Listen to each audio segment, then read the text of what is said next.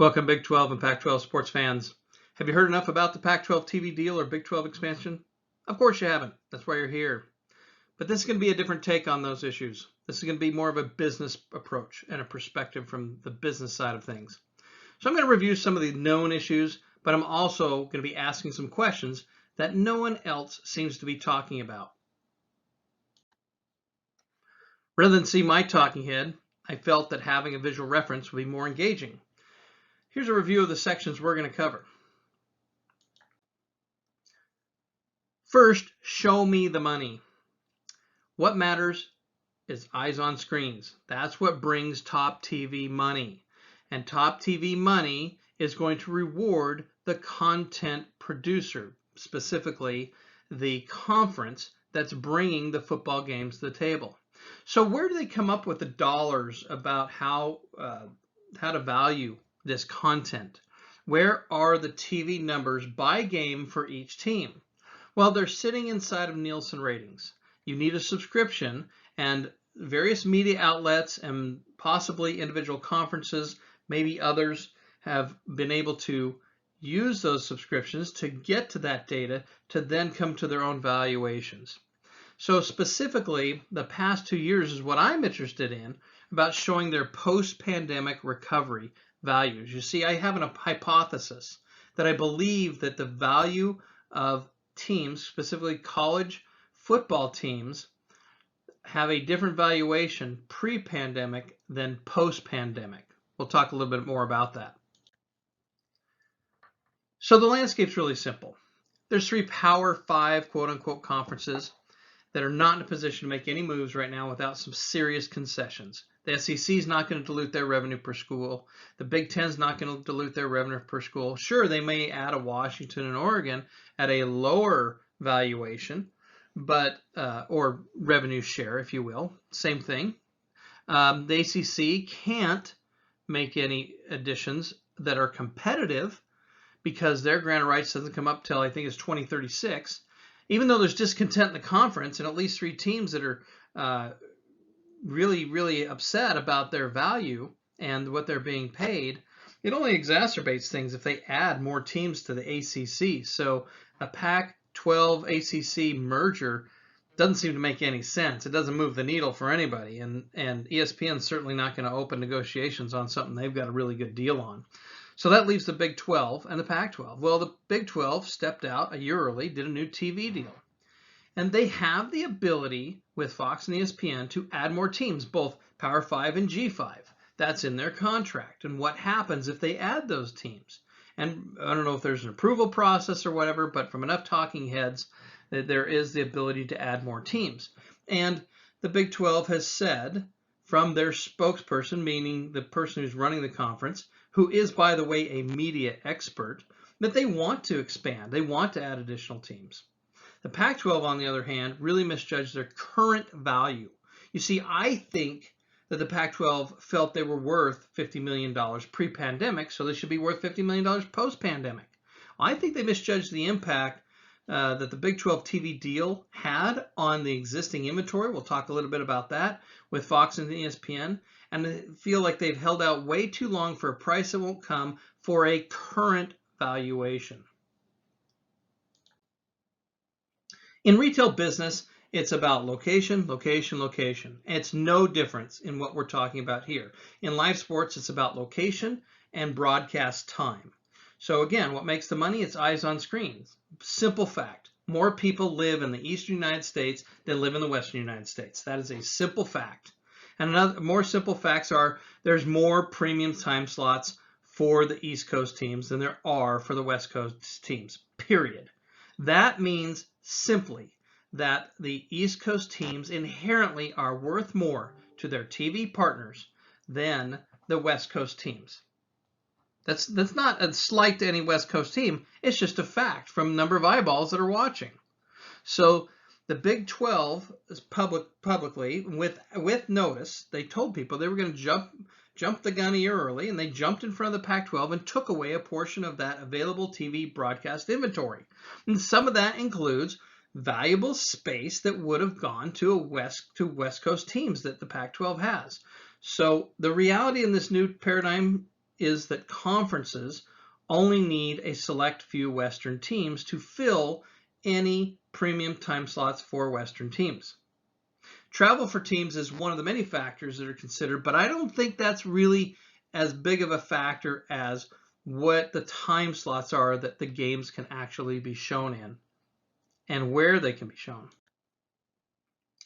So you've got academics versus athletics as well.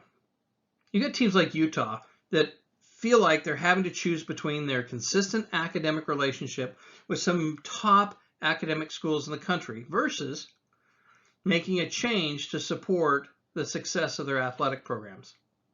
So there's a chance in this that the academic relationship wins out, and that the football team, and let's just take Utah as an example, may be set on the sideline and be the sacrificial lamb, if you will, in order to maintain their academic relationships with these other schools.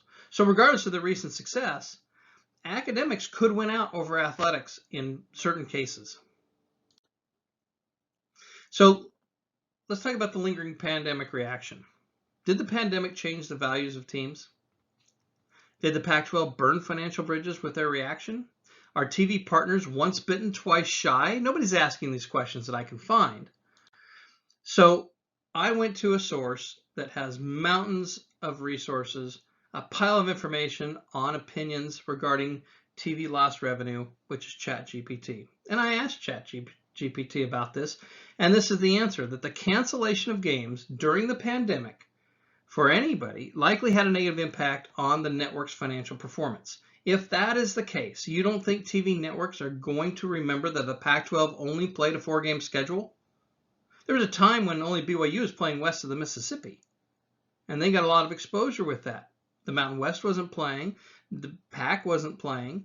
So it is interesting that when we're talking about relationships that are millions and billions of dollars, you don't think that somebody at the top's going, remember all that money we lost with these guys? Well, specifically, I asked about the Pac-12 impact to the TV network for cancellations, and you can see that here. And the answer is, even though Fox and ESPN had announced a new media rights deal for 2024 through 2025 and 2032 and 2023, worth $5.3 billion, the cancellation of games during the pandemic occurred before that new deal came into effect, and likely had a negative impact on the conference's negotiations with broadcasters for the upcoming seasons. Fact is, it's really hard to get a deal done with people you've burned in the past. And so their choice not to play, which was their choice, they felt like they were doing the right thing for their players. But from an economic standpoint, purely economic, you want to get political, you can, I'm not, it's pure economics. They burned their TV partners by not putting games on there. So talk about culture. Nobody's talking about culture fits. Back when, now I get that UCLA and USC are just a very large market in Los Angeles. So the fact that whether they're a culture fit in the Big Ten or not may not have played much of a factor when you're picking up such a massive market, right? But you start talking, you look back at when Utah went to the PAC, BYU was left behind because the PAC didn't want to add a religious school. There wasn't a cultural fit for BYU. And so the eyes on the screen matter, but do the quality of those eyes also matter? In other words, if you want to have a great game day experience, does it matter to the conference? Does it matter to the fan base? Does the conference care what the fan base gets? You've got a lot of Pac-12 schools who are not filling stadiums. It's embarrassing, basically, is what it's been publicly stated. You've also got maybe some potential bad game day experiences. Now, rivalries are separate, right? You get that. But are Washington and Oregon, Cal, Stanford a cultural fit for the Big 12? Really? Is Utah, Colorado, ASU, Arizona a fit? Yeah, I think some of them are. Maybe all of them. So let's talk about basketball. Okay, and I want to stop here and also talk about TV in general. If I go to Buffalo Wild Wings and I want to watch the Pac-12 game? Am I going to go over to the Buffalo Wild Wings and say, hey, by the way, do you have Apple TV so we can watch this Pac-12 game? Of course, they probably don't. They probably have some DirecTV broadcast subscription to be able to show those things. So it's not just about what you can get in your home, it's what you can get elsewhere that teams are being exposed to. So there's a lot of places that games are watched. So I don't like the streaming versus broadcast scenario, because there are broadcast services that now stream, right? So when they're talking streaming partners, they're talking about streaming only. Amazon and Apple are two that come to mind. Where they talk about broadcast, they're talking about broadcast partners. Could be ABC, NBC. You can get that with an antenna, digital antenna with your house. Could get it on cable TV, which is pretty predominant. Could get it over satellite, pretty predominant too. But it could also be coming through a streaming aggregating media partner that has ESPN and Fox Sports and these others. So it encompasses a lot of different options there, rather than just a simple ESPN Plus or Apple or Amazon. So you have to differentiate those two. So that leads us into basketball. And the Big 12 commissioner knows that the Big 12 is the #1 basketball conference. So you've got the Big Ten and SEC. I don't think anybody's disputing. They're the #1 and #2. I don't know which is which. But who's #3 football conference?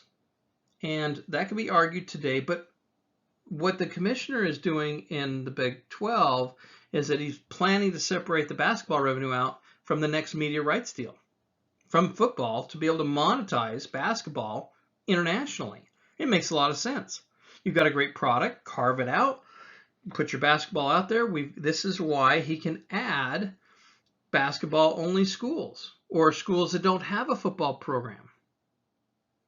So you're going to see this play a big role in who's the #3 conference in the country, because I could definitely see the Big 12 being #1 in basketball, #3 in football. And they're going to want to be able to leverage that. Success can breed success if done correctly, right? So the basketball schools are going to have a new home and a new conference and a top tier conference, and that's the Big 12.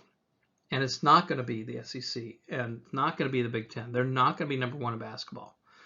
So you could get somebody like in Arizona, who is a Power 5, who has a Power 5 football team, who has struggled, granted, but is in the top 5 of basketball schools in the country. And they'd want to participate in the Big 12. And it's going to get monetized differently. And if their numbers close with the Pac-12 TV deal, why would you stay in the Pac-12 when your basketball program could be a part of this conference? That's the #1 basketball program. Teams will come for the same reason they left and went to the SEC and went to the Big Ten. They'll come with basketball. So the Big 12 has a very, very bright future with someone who's heading that conference that's a media expert with a proven track record. So what's next? Well, it doesn't appear that there's any available schools the Pac-12 can add to financially move the number. There's just nothing. There's no Power 5 schools available for them to add. So when you take San Diego State, SMU, Colorado State, or whoever else they're talking about, does not move the number. And it can't move the number. That's why they're a G5. They don't have the eyeballs to be able to sell to. It doesn't matter that SMU's in Dallas. They don't have the eyeballs. They don't have a track record of the eyeballs, especially in the last 2 years, right? Go up against, a TCU who just went to the finals, right? You're not going to get those numbers. And it's all about the numbers. It is, except when it comes to academics. And the money and the relationships in academics may trump football money. So just remember that there are other factors here that you didn't see in USC and UCLA. They felt that they could have enough of a relationship in the Big Ten academically that it was a fit for them. Utah, as I pointed out, may not think it's a good fit academically for them in the Big 12, and that's fine. But they may end up sacrificing their football program because of it. Future safety and future opportunity. Talked about Arizona, talked about basketball, those opportunities. If the numbers are close, who cares? Why do I care to stay in the Pac-12 when my basketball program can be a part of the new opportunities and be there as a full share partner as basketball takes off and with the new media rights deals in basketball. So the Pac-12 has to present their best and final TV deal to their schools at some point, you would think in the near future, maybe even this week. And it seems like all the schools are committed, that they're going to wait for that moment and evaluate it. Only at that point will we see, once it's at best and final, where we're going to see what each school in the Pac-12 really values. It doesn't take many, if any. It may only take one for the dominoes to fall, but one leaving may create a cascade effect where all the others must really dig deep and say, what do we really value? Academics, athletics, growth opportunities, relationships. It's going to be interesting to watch.